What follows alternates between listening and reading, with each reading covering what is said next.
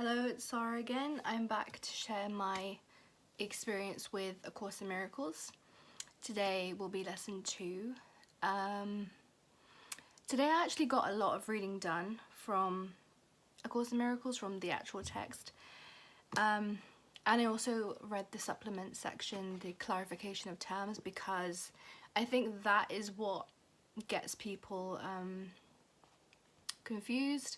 The terminology can be off-putting because it is very Christian-ish, and I just needed to clarify what atonement means to them, the role that Jesus plays and all that stuff. So I have read a lot today, so I feel like I've expanded my knowledge a lot. But anyway, lesson 2, let's just go with that.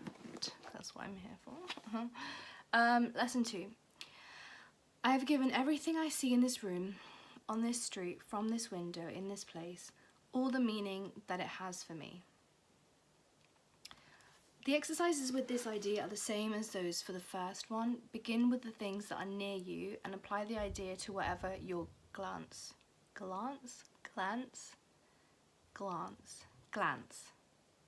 whatever your glance rests on. See, I don't really use that word, so okay. Apply the idea to whatever your glance rests on. Then increase the range outward. Turn your head so that you include whatever is on either side. If possible, turn around and apply the idea to what was behind you. Remain as indiscriminate as possible in selecting subjects for its application. Do not concentrate on anything in particular, and do not attempt to include everything you see in a given area, or you will introduce strain. Merely glance easily and fairly quickly around you, trying to avoid selection by size, brightness, colour, material, or relative importance to you. Take the subjects simply as you see them. Try to apply the exercise with equal ease to a body or a button, a fly or a floor, an arm or an apple. The sole criterion for applying the idea to anything is merely that your eyes have lighted on it. Make no attempt to include anything particular, but be sure that nothing is specifically excluded.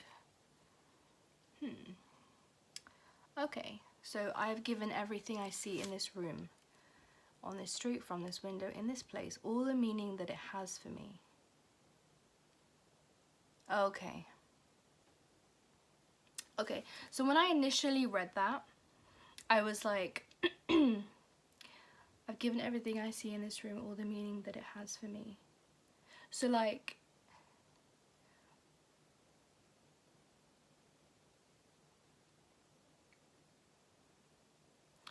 my thought was, there is no more meaning to assign to that thing.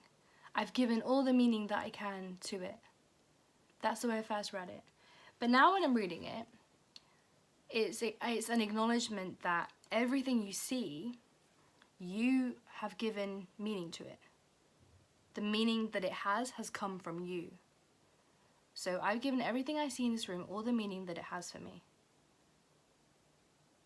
So I guess what it's trying to make you do is to look at every single thing in your path as you're looking around and be like, I am responsible for giving the meaning of that object. Okay, so let's just start out the way that it says. So begin with things that are near you and apply the idea to whatever your glance rests on. Glance is still hard for me. Okay, so next to me here is a sofa. So I guess my thought is, it's just social conditioning. Like, I've been raised knowing that a sofa is something you sit on, and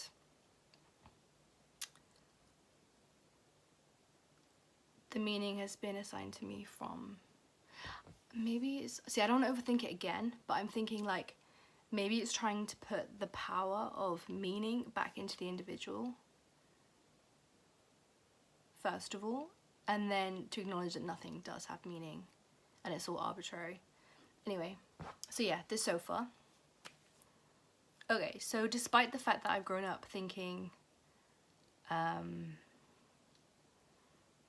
this is what a sofa is, you know, when you're a kid, you just learn through being raised around it.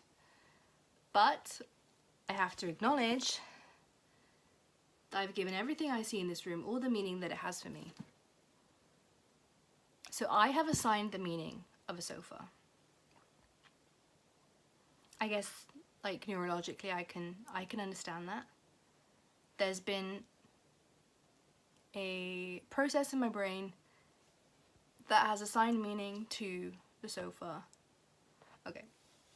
Same thing for this ball. It's my dog's ball. Again, I've given everything I see in this room all the meaning that it has for me. I've given everything. See, the wording is, so it's like all the meaning that it has for me. I've given everything I see in this room all the meaning that it has for me. I guess, again, it's just trying to challenge perspectives, because someone in some, well, I guess, I'm trying to think of, like, I don't know. I'm trying to think of a civilization that doesn't use these. I'm sure there are hundreds.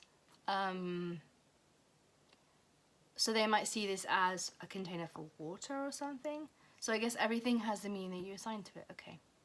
And I guess a lot of it is subconscious, like you're not aware of it, because like this bookmark, I halved it because I needed to, because in this I have like one for the lessons and one for the text, just so I can like easily get to it. Anyway, so I assigned the meaning of this bookmark, and actually I assign the role of bookmark to many things, usually like flight stubs.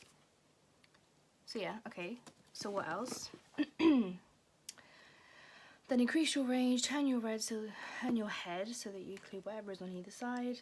So sofa, there's a chair there. Yeah, I have given all the meaning to that chair that it has for me. Yeah, okay. Apply to what's behind you. Okay, so behind me there's a bookshelf, there are books, there are some tea light candles. Now that I have a cat and a dog and they're both quite young, I don't usually use candles just because that's dangerous. My cat wasn't here with me, but I had to take her out as well because she kept trying to sniff it or do whatever.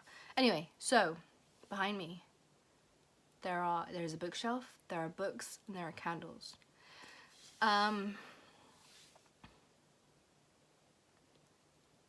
Yeah, I don't think this is that difficult. I'm not like, I understand everything in this room. I have assigned the meaning to. So the candles, the books, the bookshelf, yeah. Then again, it says, do not attempt to include everything you see in a given area or you introduce strain. Merely glance easily and fairly quickly around you, trying to avoid selection by size, blah, blah, blah.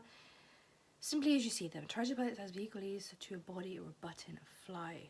Okay. So yeah, I think, again, with the living things, it's a bit more complicated. So myself, well, yeah, no, I've given all the meaning to myself. I've given everything.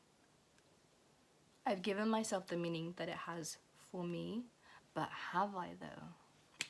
Because